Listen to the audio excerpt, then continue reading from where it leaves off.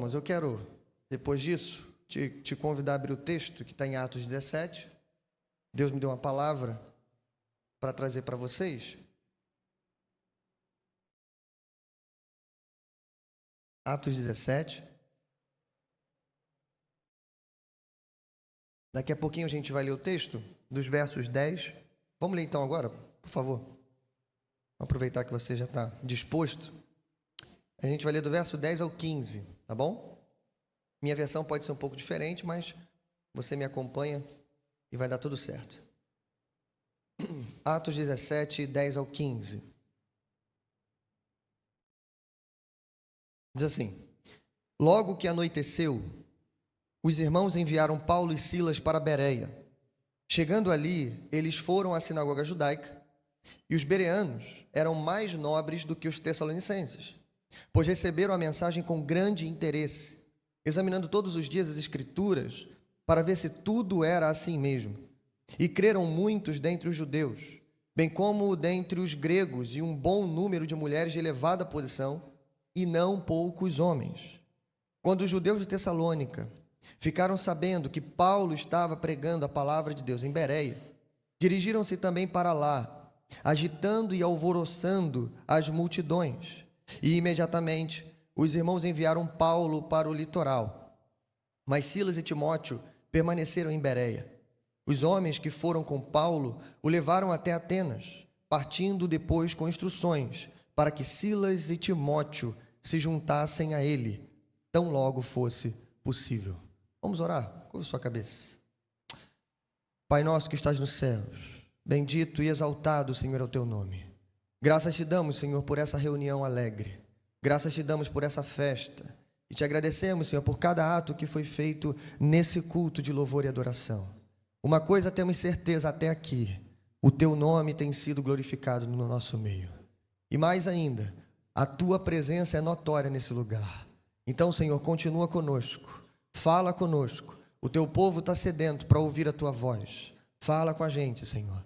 Que a tua igreja seja edificada e o teu nome glorificado. Que não caia nenhuma gota de glória para nós, mas que toda a glória seja dada a ti. Em nome de Jesus oramos. Amém. Graças a Deus. Pode sentar. Bom, irmãos, de acordo com esse texto, o tema que eu trouxe para meditarmos agora nessa manhã se chama Os benefícios da igreja que sabe ouvir a palavra. É isso que a gente consegue captar quando a gente lembra da igreja de Bereia. Os benefícios da igreja que sabe, que aprendeu a ouvir a palavra. Mas antes disso, deixe-me explicar o tema para você. Pense no melhor sermão que você já ouviu na sua vida. Com certeza você deve ter algum sermão preferido, né? Temos Bispo Gilson aqui, Pastor Guilherme e tantos outros bons pregadores do nosso país, no mundo afora. Mas agora pense, não só no melhor sermão, mas no melhor pregador que você conhece. Mais ainda, vamos viajar um pouco na história. Talvez o melhor pregador de toda a história. Quem será que foi o melhor pregador da história? Claro, sei que você, como bom crente, vai dizer isso. E de fato foi, irmãos. Não foi os pregadores, os nossos grandes teólogos da história, os grandes pastores, Spurgeon talvez, Agostinho, o próprio apóstolo Paulo. Não, antes de todos eles, com certeza, o maior pregador de todos foi o Senhor Jesus. E tem 3 coisas que eu quero pontuar aqui, pense nisso como um bônus. O que torna Jesus tão especial? Tem 3 coisas na pregação, irmãos, que são essenciais. 3 coisas. Para que um sermão seja realmente impactante e para que aquele pregador seja um bom pregador, ele precisa de 3 coisas. Primeiro, ele precisa de um bom sermão. Não adianta ele falar bem, não adianta comunicar bem, não adianta se conectar bem. Se o sermão não for bem preparado, você que está sentado, que é bom de Bíblia, que é um bereano de fato, você vai perceber logo alguma coisa estranha. E você vai dizer, o negócio fala até bem, mas está um negócio estranho aí. Né? As anteninhas vão detectar alguma coisa. Então você precisa de um bom sermão. Em outras palavras, você tem que saber ler a Bíblia. Você precisa saber interpretar a Bíblia. Irmãos, Jesus, acima de todos, Jesus sabia qual era a chave hermenêutica da Escritura. Ele mesmo. Ele que disse em João 5, são as Escrituras que testificam de mim. Por isso ele era um bom pregador. Mas segundo, Jesus também tinha uma boa comunicação. Porque também, por outro lado, não adianta você ter um bom sermão se você não conseguir entregar esse sermão. Se você não consegue se conectar com as pessoas. Se você não consegue falar com as pessoas. Se elas não te entendem.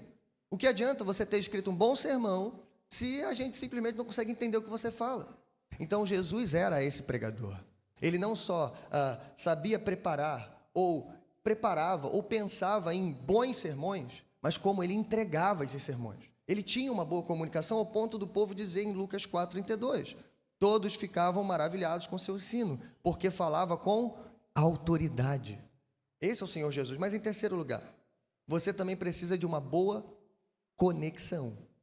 Porque o sermão pode ser bom, a comunicação pode ser boa, mas se você não falar os corações, a gente vai sair daqui pensando assim, foi uma boa apresentação, foi uma boa palestra.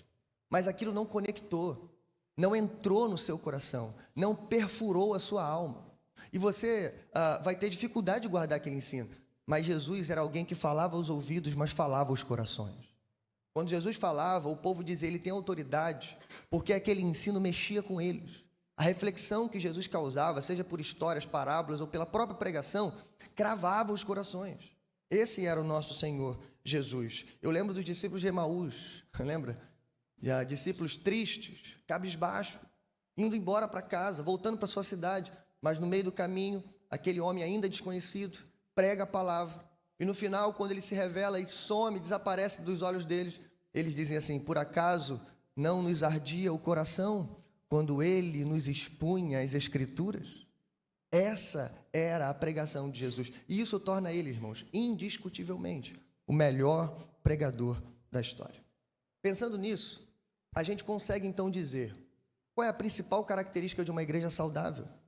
Se não, irmãos, um púlpito forte. De onde se começa um trabalho, como o pastor falou aqui, de plantação de igrejas? Ele disse, fazíamos no salão, começamos no salão, viemos para cá, não tínhamos um templo belo como esse, mas o que tinha, tanto lá quanto aqui? Pregação forte do púlpito, pregação saudável. E conforme a palavra foi sendo pregada nesse lugar, o povo começou a chegar, o povo começa a vir, as almas começam a se entregar a Jesus. Quem estava longe começa a voltar. E assim a igreja vai crescendo e desenvolvendo, e chegamos até aqui. Então, irmãos, é indiscutível que o púlpito forte é a principal característica da igreja. Só que hoje, pelo exemplo dos bereanos, eu quero propor uma outra reflexão. Eu quero ir além disso. Porque, de fato, irmãos, existe uma estreita relação entre o púlpito e o banco. Entre o púlpito forte, mas também há ouvidos atentos. E como eu disse, ainda que tenhamos aqui o melhor sermão, ou o melhor dos pregadores, infelizmente, irmãos, as duas coisas podem ser desperdiçadas se os nossos ouvidos não estiverem atentos. A gente pode vir para a igreja, voltar para casa, com o coração frio, sem ter entendido nada, e da porta para fora, aquele sermão já foi roubado do nosso coração. Como diz Jesus, o maligno vem e ele rouba a palavra que foi falada.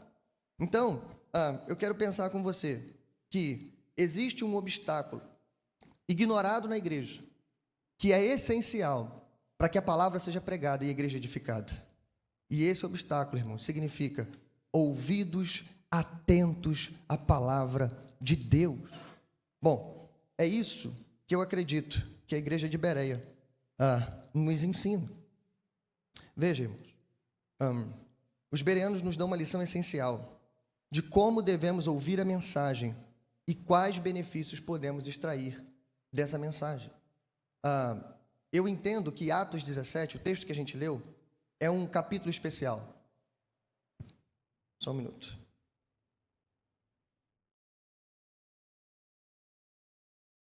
Veja isso.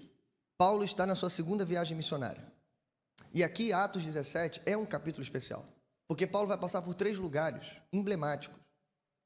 3 lugares que contam histórias que impactam a nossa vida. E você com certeza já ouviu. Tessalônica, Bereia e depois Atenas. E é interessante porque Lucas narra essa história toda em paralelo. Então, se você quiser colocar ao lado Tessalônica, Bereia e Atenas, você consegue. Inclusive, você vai reparar que Lucas repete algumas palavras. A forma e estrutura como ele conta o relato é muito parecido.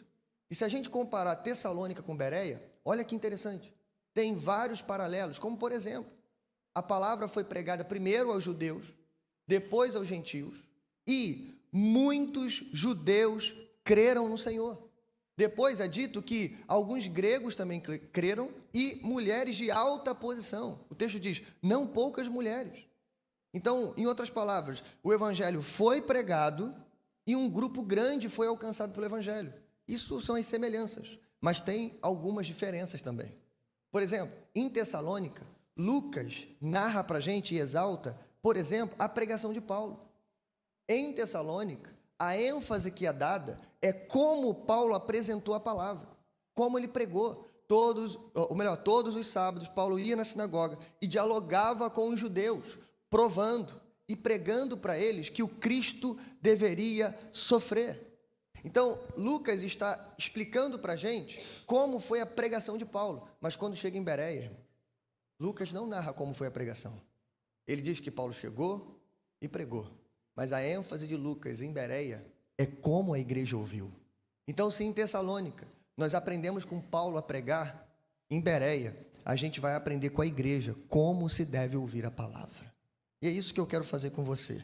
A gente vai caminhar pelo texto que a gente leu em 4 escutas, muito rápido, e no final algumas reflexões. Então, versos 10 e 11. Primeiro, escuta interessada. Veja isso.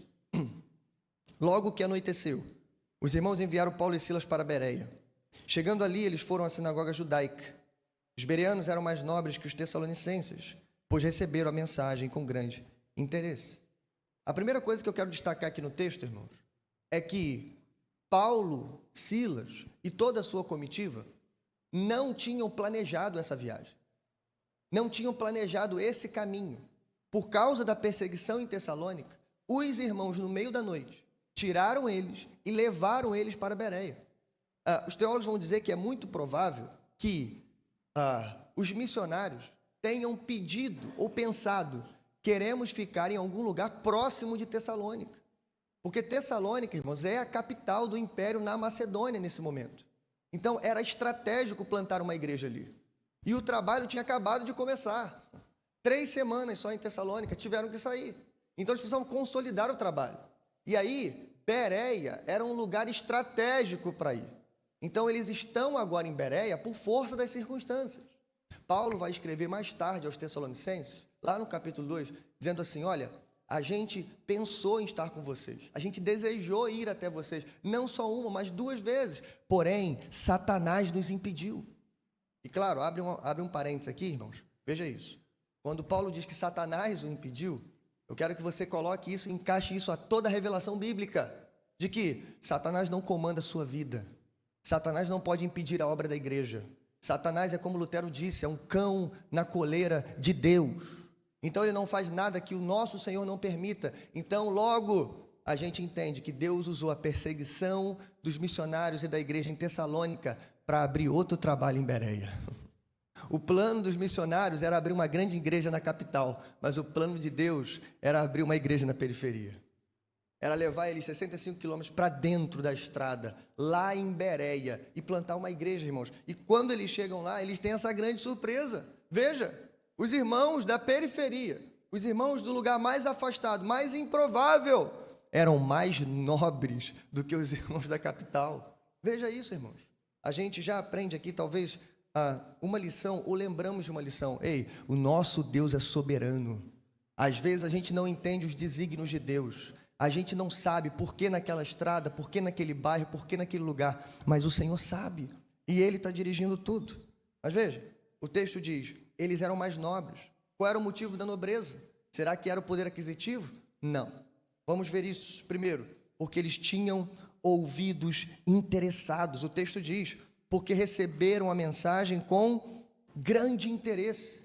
Essa palavrinha grega, ela significa pelo menos 3 coisas. Primeiro, predisposição da mente. Segundo, entusiasmo. E terceiro, zelo.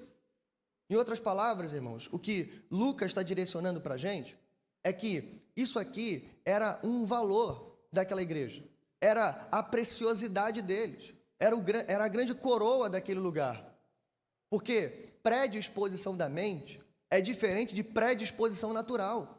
Você já deve ter visto um grande atleta, como o Bispo Gilson aqui, por exemplo, maratonista, que tem uma predisposição natural, por exemplo, para corrida, para fazer outro tipo de exercício ou praticar algum tipo de esporte.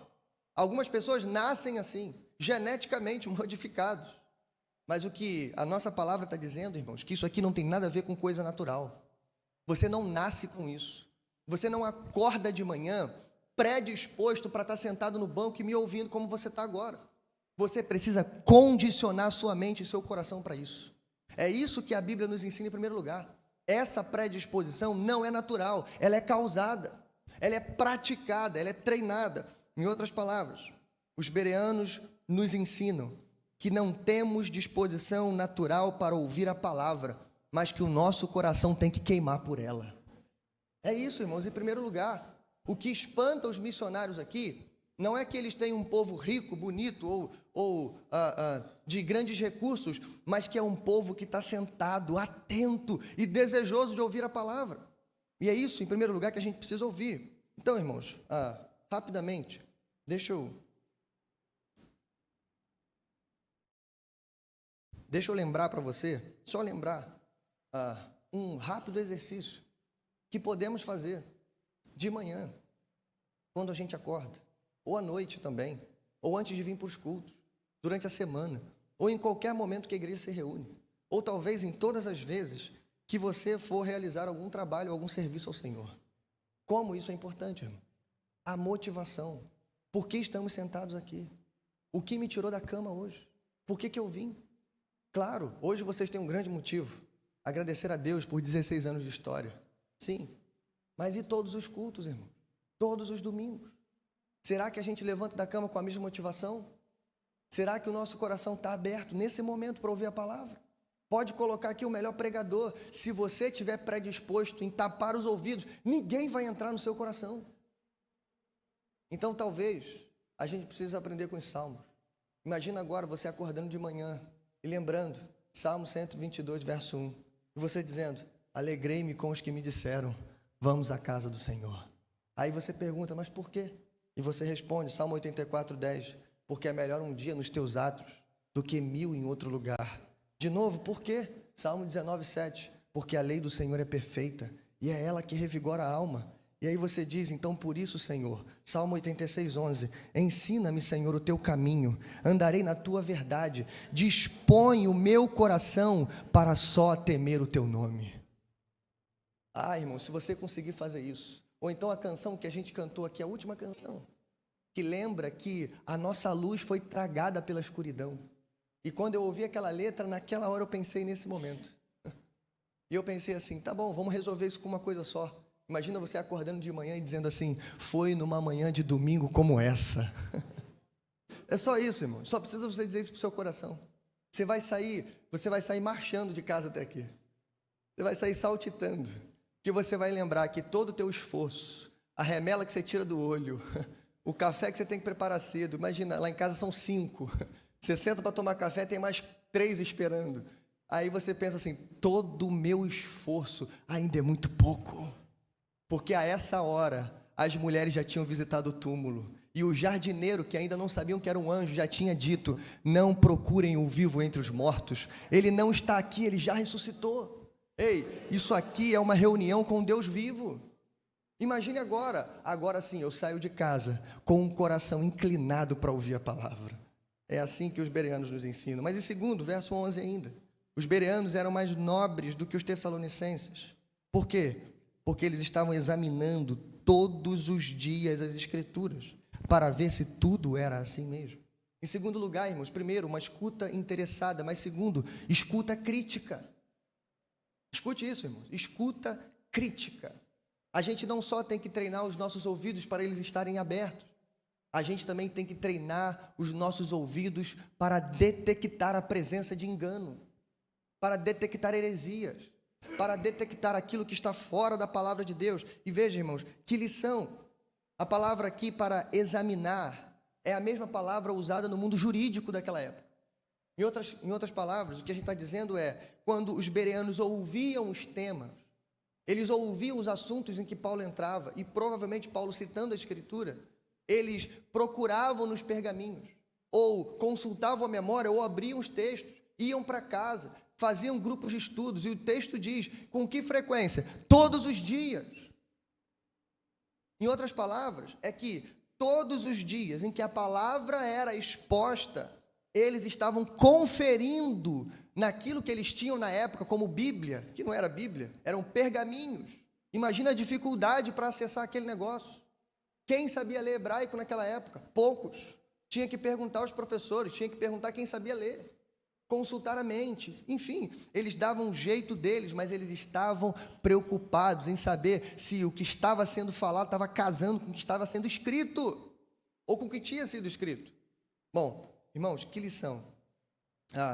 E a pergunta fica, será que os bereanos tinham realmente a necessidade de fazer isso? Já parou para pensar nisso? Quem está pregando não é o pastor Miguel. Quem está pregando para eles é o apóstolo Paulo. É um homem não só conhecedor das Escrituras, mas é o grande apóstolo que vai ser o líder do cristianismo no primeiro século. O grande apóstolo Paulo. E ele não está na primeira viagem, ele já está na segunda. Já é um pregador, digamos assim, experiente. E a pergunta é, será que tem necessidade de consultar as Escrituras? Quando, por exemplo, o próprio pastor da igreja está pregando. Ou outro pastor, como hoje, um pastor de outra igreja, prega na nossa igreja. Será que tem essa necessidade? Bereia vai nos ensinar que sim. Essa comunidade vai nos ensinar, irmãos, que só tem uma coisa que está acima da palavra pregada. Sabe o quê? A palavra revelada de Deus. Todos nós, irmãos, todos nós, e aqui estamos em igualdade, em pé de igualdade, todos nós devemos nos submeter à palavra que foi revelada por Deus. Porque, como diz o próprio apóstolo Paulo, ela é palavra inspirada por Deus. Bom, em Gálatas 1:8, Paulo vai dizer assim, mas ainda que nós, olha só, irmãos, é o apóstolo Paulo dizendo, ainda que nós, ou um anjo do céu, pregue um evangelho diferente daquele que lhe pregamos, que seja amaldiçoado. O que Paulo está ensinando aqui é, a igreja tem que ter ouvidos atentos, e não só ouvidos atentos, mas tem que conhecer a palavra, porque no momento que o pregador tomar um desvio, você tem que acender a lâmpada amarela e dizer, isso não está na palavra. É isso, irmãos. Versos 2 e 3, como eu disse, lá em Tessalônica, está escrito assim, Paulo foi à sinagoga e por 3 sábados discutiu com eles com base nas Escrituras. Paulo não se coloca acima das Escrituras, mas ele prega com base nas Escrituras, explicando e provando que o Cristo deveria ressuscitar e sofrer e ressuscitar dentre os mortos. Então, a segunda lição que Bereia nos ensina é, acostume seus ouvidos com a melodia das Escrituras, porque ele vai estranhar quando o pregador sair do tom e quiser mudar o arranjo. Se você acostumar todos os dias o seu ouvido, a sua mente, os seus olhos a ler a palavra, a ouvir a palavra, sabe o que vai acontecer? Os seus ouvidos estão treinados. Quando der uma nota fora, como a gente diz na música, né? Quando sair do tom, quando desafinar, vai causar um ruído no ouvido. E você vai dizer, isso aí não, isso não está na palavra. Mas em terceiro lugar, escuta transformadora, verso 12. E creram muitos dentre os judeus, bem como dentre os gregos, e um bom número de mulheres de elevada posição, e não poucos homens. E é claro, irmãos, esse coração disposto, ouvidos atentos, ouvidos que conhecem a palavra, que examinam as Escrituras, sabe qual é o resultado disso? Um dia de colheita abundante. É isso que aconteceu lá, irmãos. Conversão, e não só adesão, mas um número grande de pessoas se converteram. E olha que lista especial, eu disse, o que aconteceu aqui aconteceu também lá em Tessalônica. E é uma colheita tão maravilhosa que o Lucas faz questão de dizer, olha, judeus se converteram, homens se converteram, mulheres ricas se converteram. E só abrindo um parênteses aqui, irmãos, deixa eu dizer uma coisa para você, o evangelho não respeita a classe social, viu? O evangelho não divide as classes sociais. O evangelho busca tudo e a todos. E quando ele chega, alguma transformação acontece. Os ricos, sabe o que eles fazem? Eles continuam sendo ricos.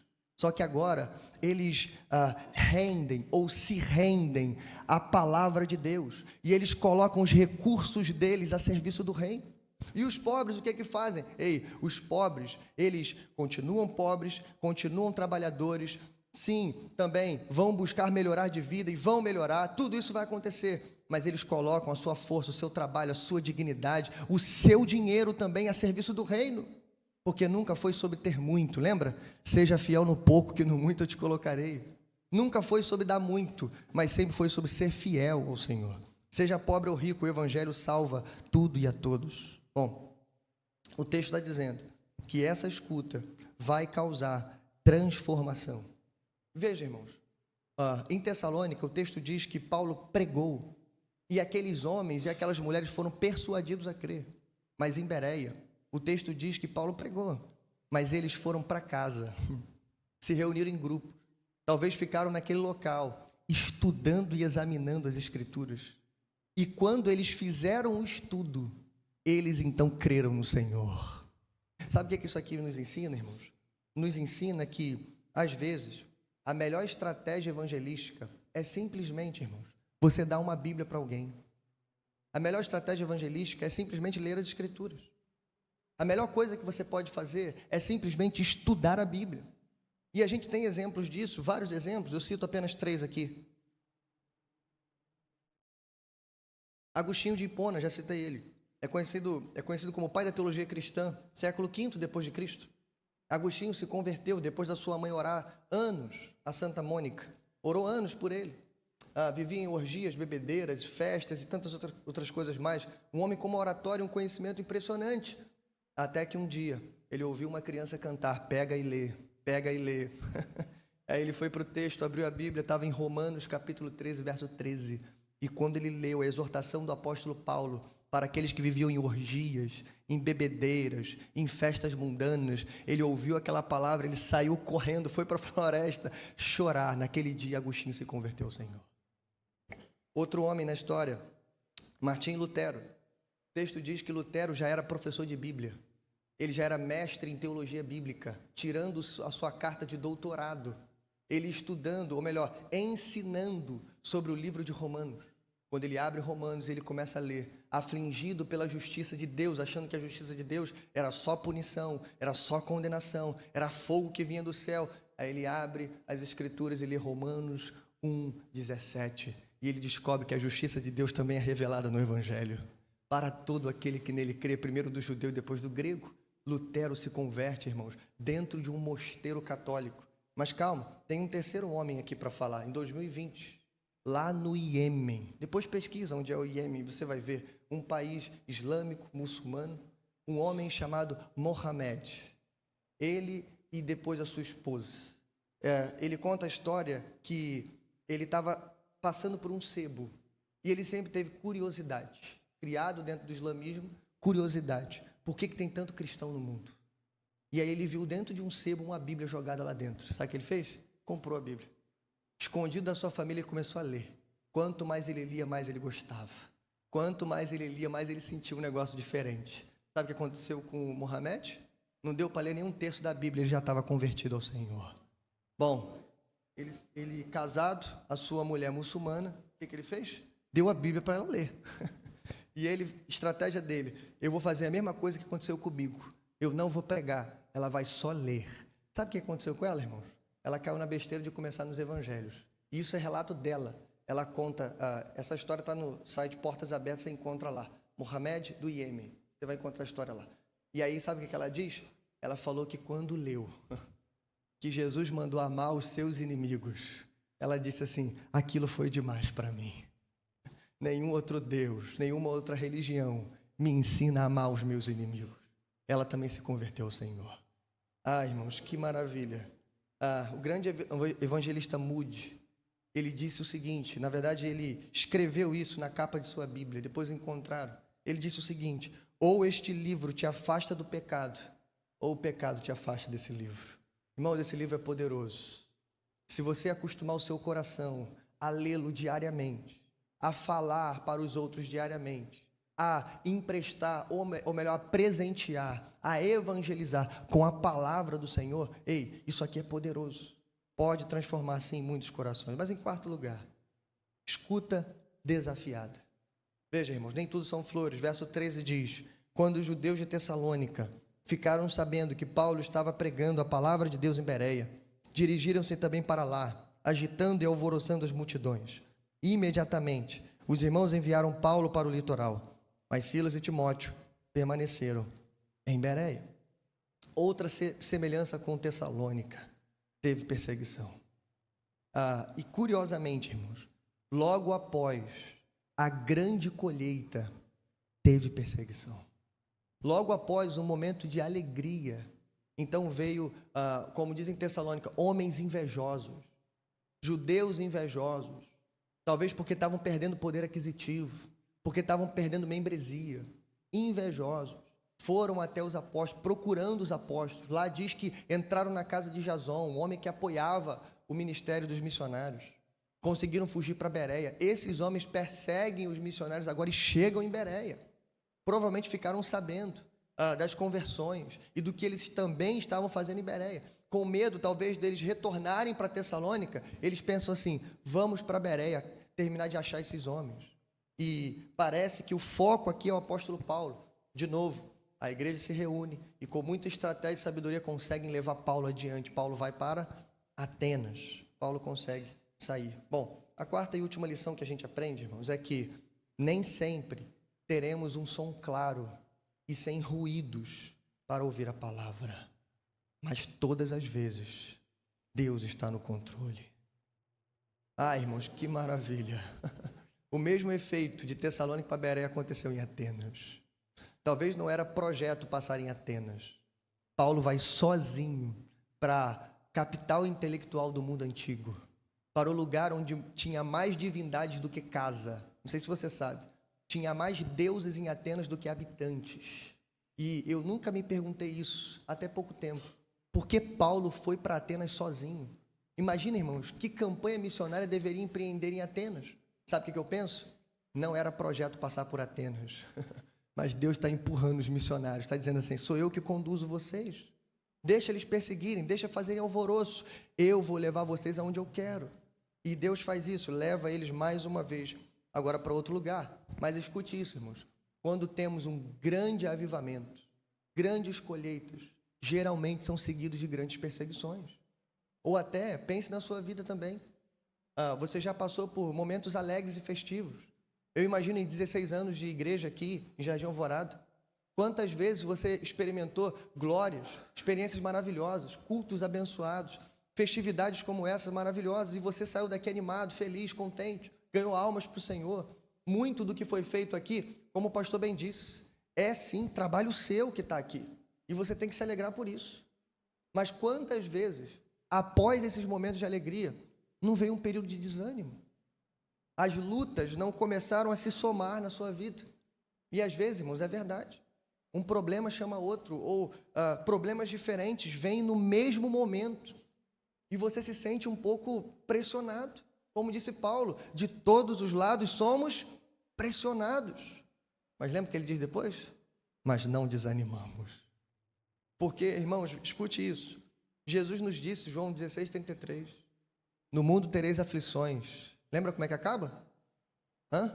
Tem de bom ânimo, irmãos, porque eu venci o mundo. O cristão é esse ser incompreensível, que ele está nas aflições, mas ele tem bom ânimo. Paulo vai dizer um paradoxo: triste, porém alegre. O mundo não pode entender isso. A paz que o mundo dá não é a paz que o Senhor Jesus te dá, é a paz que excede todo entendimento. A gente está no meio da prova, como diz os louvores, né? Dando glória a Deus. A gente está cheio de problema, cheio de coisas a resolver, mas o nosso coração está em paz.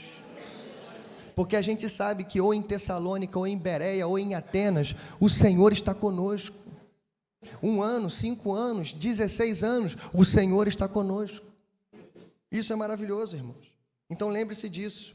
Quando os ruídos começarem a falar, quando o alvoroço começar, quando a perseguição iniciar, os problemas se agigantarem, lembre-se, nem sempre a gente vai ter um som claro para ouvir a palavra, mas mesmo com todo o barulho, Deus vai continuar falando. E foi o que Deus fez com essa igreja, com essa comunidade. Bom, irmãos, para a gente concluir, deixe-me chamar a atenção para 3 coisas aqui bem rápido. Eu disse, os benefícios da igreja que sabe ouvir a palavra. E eu quero encerrar com esses 3 benefícios para você. Primeiro, o maligno não te assalta. Mateus 13, Jesus conta aquela famosa parábola do semeador. E ele diz que o semeador saiu a semear. E 4 terrenos a semente foi lançada. E eu queria que você pensasse nisso. Pelo menos 2 coisas que geralmente a gente não pensa. O semeador é o mesmo. Lembra? O melhor pregador de todos. Pode ser o melhor pregador de todos. A semente era a mesma. Pode ser o melhor sermão de todos. Mas lembra o que mudava? Você lembra? O solo era diferente. Às vezes pedregoso, às vezes cheio de espinho, às vezes à beira do caminho, ou um solo fértil e bom e produtivo. O semeador era o mesmo, a semente era a mesma, mas o solo mudava. Como é que está o teu coração hoje? Como é que estão os seus ouvidos hoje? Estão atentos? Estão treinados na Escritura? Lembre-se de tudo que a gente falou. E qual é o benefício aqui? O primeiro benefício é esse: o maligno não te assalta. Jesus vai dizer que quando a semente é semeada à beira do caminho, as aves vêm e roubam. Depois, mais à frente, ele vai explicar o que significa isso. E ele vai dizer assim, olha, quando alguém ouve, escute isso, e não entende, o maligno vem e arranca do coração. Então significa, irmãos, que a gente precisa ouvir com o coração atento e inclinado. A gente precisa ouvir com a disposição de entender e aprender aquilo que está sendo falado. A gente precisa ouvir pensando assim, ei, é esse conhecimento que me salva, que me sustenta, que me alimenta, que me leva. Você precisa ouvir assim, porque se você não entrar na igreja e não ouvir a pregação desse jeito, sabe o que acontece? Da porta para fora o ensino já foi roubado do seu coração. Você já deve ter passado por isso. Às vezes a gente escuta, ou a gente lê, ou a gente aprende alguma coisa, a gente não consegue gravar nada, irmãos. A gente não consegue captar nada. Lembra? Isso é predisposição. Você não está fazendo um curso EAD obrigatório do seu trabalho. E a gente faz assim, né? En passant. Não. Você está diante do Deus vivo, na igreja do Deus vivo, ouvindo a palavra do Deus vivo. Então abra seu coração. Lembra?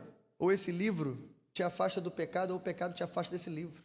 O maligno não pode roubar a palavra que está no seu coração. Escute isso. Salmo 119, verso 9 e 11. Você conhece de cor. Como pode o jovem manter pura sua conduta? Diz o texto, vivendo de acordo com a tua palavra. Verso 11. Guardei no coração a tua palavra, para não pecar contra ti. Agora, seguindo os jovens, 1 João 2,14, olha só, isso serve para todos, mas olha o que está escrito: jovens, eu lhes escrevi porque são fortes. E por que são fortes? Porque em vocês a palavra de Deus permanece e vocês venceram o maligno. Quer vencer o maligno, irmãos? Ei, você só vai vencer o maligno se a palavra estiver no seu coração.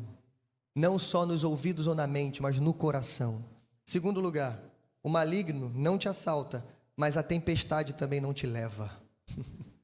Você lembra quando Jesus disse isso? Mateus capítulo 7, lá no finalzinho do Sermão do Monte. Lembra que eu disse? O melhor pregador, o melhor sermão de todos, o Sermão do Monte. 3 capítulos de sermão, horas Jesus estava pregando aquele sermão, a multidão toda sentada escutando. Mas depois de pregar o maior sermão da história, como é que Jesus encerra ele? Jesus encerra com uma aplicação muito parecida com a nossa aqui. Jesus encerra dizendo, olha, eu falei tudo isso, as bem-aventuranças, todos os mandamentos, a graça de Deus, tudo que eu preguei aqui vai se revirar como palha no coração de vocês. Vai ser levada pelo vento, vai se perder. Pior, será levado pela tempestade, se você não ouvir e não obedecer a palavra. E mesma coisa, irmãos, no exemplo que Jesus dá, daquele homem que constrói sua casa sobre a rocha e o homem que constrói a sua casa sobre a areia.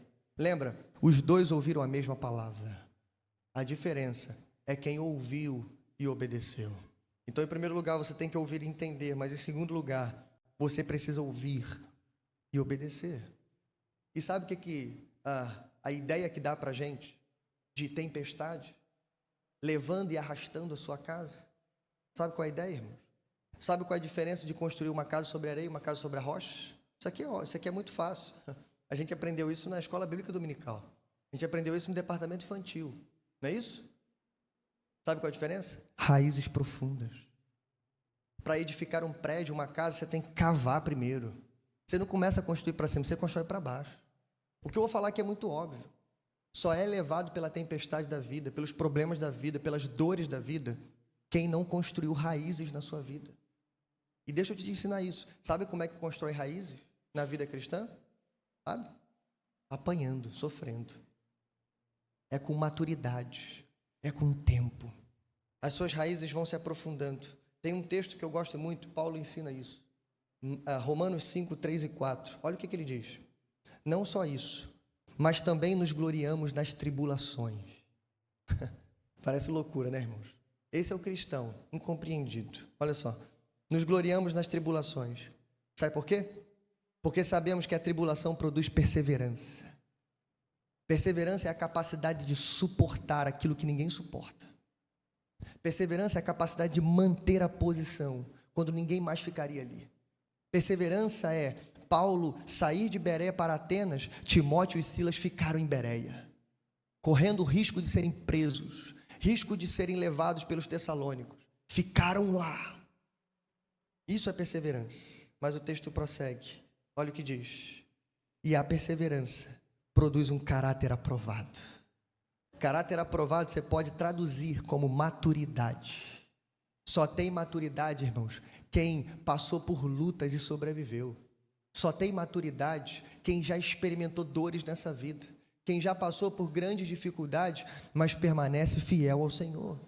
Quem pode dizer, como o apóstolo Paulo, de todos os lados somos pressionados, mas não desanimamos. É isso, essa é a maturidade. A tempestade não te leva. Mas em terceiro lugar, para a gente encerrar, o terceiro benefício de saber ouvir a palavra é: a frutificação não te falta. Porque quem ouve e entende, quem ouve e obedece, ouve e compartilha, meu irmão. Porque se essa palavra entrou no seu coração, sabe o que ela faz quando ela entra? Ela queima o seu peito. Você sai daqui animado, feliz. Você sai daqui queimando como os discípulos de Emaús. E a primeira reação que você tem, sabe o que é? Eu quero dividir esse negócio gostoso. Eu quero compartilhar. Eu quero passar isso adiante. Eu quero evangelizar outras pessoas. É assim que você sai. Eu lembro, irmão, de Salmo capítulo 1, Salmo de número 1, verso 3, onde o salmista diz: a árvore que é plantada junto a ribeiros de água, sabe o que acontece com ela? Dá o fruto no tempo certo e suas folhas não murcham. Sabe por quê, irmãos? Porque pode vir o frio, pode vir a seca, pode vir o outono, não importa a estação, ela está perto da fonte. Quem está perto da fonte, ouvindo a palavra, treinando o coração, treinando os ouvidos, sabe o que acontece? Pode vir o vento, pode vir as dificuldades, ele vai dar fruto no tempo certo. Ele vai compartilhar a palavra, ele vai evangelizar e a palavra vai alcançar os corações. Você pode dizer amém? Que o Senhor te abençoe, que o Senhor coloque essa palavra no seu coração e você saia daqui mais encorajado. Ali no retiro, irmãos, eu vi uma igreja que sabe ouvir a palavra, que estava atenta, disciplinada, mas que não seja apenas os seus olhos, o seu corpo, o seu formato no banco, que eu vejo daqui, mas que o teu coração esteja sempre disposto a ouvir a palavra daquele que está vivo. Amém? Deus abençoe essa igreja e parabéns mais uma vez. Deus abençoe você.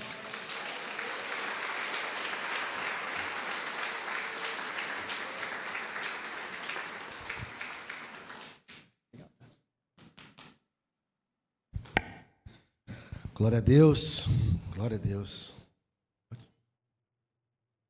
Que banquete, que festa, que alegria. Irmãos, 16 anos, e que Deus nos conceda muitos outros ainda. Porque eu olho para essa igreja, olho para vocês. Eu confesso, irmãos, Deus coloca muitos sonhos, muitos planos. E Deus pode fazer muitas coisas a esse lugar. Quando você sair daqui pela manhã, observe as casas ao redor dessa igreja. Observe as pessoas que estão andando nas calçadas. Observe os vendedores, as crianças. Deus nos colocou aqui por eles. Então lembre-se, Deus vai usar você com a palavra, com o evangelho. Amém? Vamos ficar de pé, vamos agradecer a Deus. Senhor, obrigado. Em primeiro lugar, obrigado por mais um ano dessa igreja, mais um ano desse povo que se reúne nesse lugar, povo escolhido por Ti, Senhor, povo trazido por Ti, formado por Ti, preparado por Ti, pela Tua palavra. Obrigado, Senhor, obrigado por podermos fazer parte desse corpo, dessa família.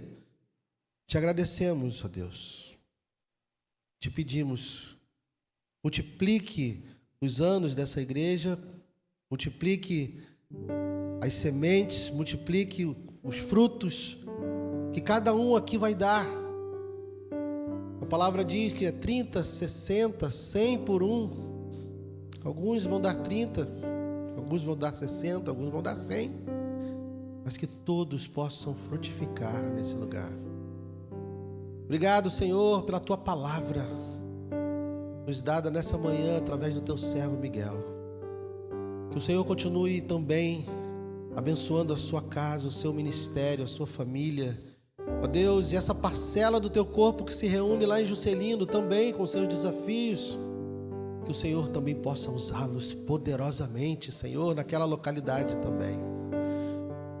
Nós somos felizes, Senhor, felizes de pertencer a Ti. Felizes, Senhor, de sermos instrumentos nas Tuas mãos.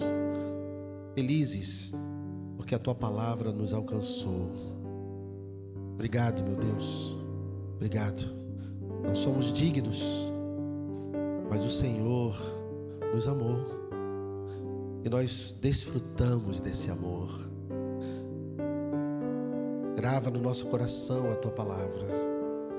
E leva-nos a agir, Senhor.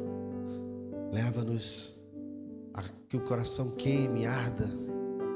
E como a mulher samaritana saiu correndo para contar aos seus compatriotas o que ela tinha ouvido, que nós possamos também sair daqui nessa manhã desejosos de compartilhar aquilo que ouvimos nesse lugar.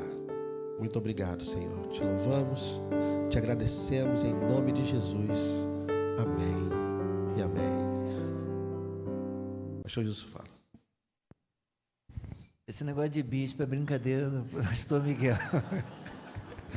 Não levem isso a sério, tá bom?